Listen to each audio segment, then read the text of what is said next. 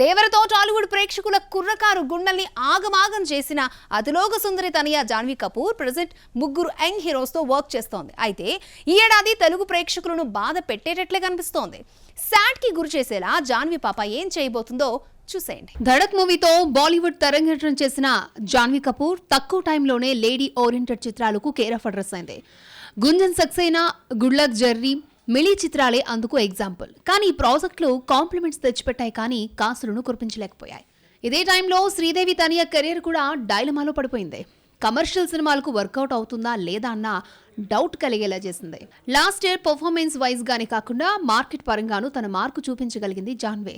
దేవరలో ఎందుకు పుట్టిందో సాంగ్తోనే టాలీవుడ్ కుర్రకారు మధులు పోగొట్టి గుండెల్లో ప్లేస్ దక్కించుకుని ఓవర్ నైట్ క్రష్ బ్యూటీగా చేంజ్ అయింది. ఇదే ఆమెకు తెలుగు ఇండస్ట్రీలో క్రేజియస్ట్ యాక్టర్ గా మార్చేసింది. ఈ సినిమా ఇచ్చిన ఐడెంటిటీతో బుచ్చిబాబు చెర్రీ కాంబోలో వస్తున్న పాన్ ఇండియా చిత్రానికి కమిట్ అయింది.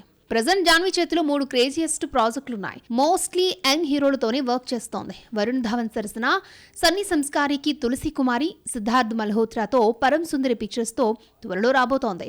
సన్నీ సంస్కారికి తులసి కుమారి ఏప్రిల్ 18న, పరం సుందరి జూలై 25న థియేటర్లో పలకరించబోతున్నాయి. అయితే చెర్రీతో చేస్తున్న ప్రాజెక్ట్ ఎప్పుడు కంప్లీట్ అవుతుందో చెప్పలేం. ఇప్పుడిప్పుడే షూటింగ్ చేసుకుంటున్న RC-16 రావడానికి ఏడాదికి పైగా టైం పట్టేటట్టే కనిపిస్తోంది. ఈ లెక్కన ఈ ఏడాది తెలుగు ఆడియన్స్ జాన్వీని మిస్ అవుతున్నట్లే లెక్క. 2025లో టాలీవుడ్ యూత్ ని సాడ్ లో ముంచేసిన బోనీ కపూర్ ముద్దుల తనయ నెక్స్ట్ ఇయర్ అయినా పలకరిస్తుందో లేదో.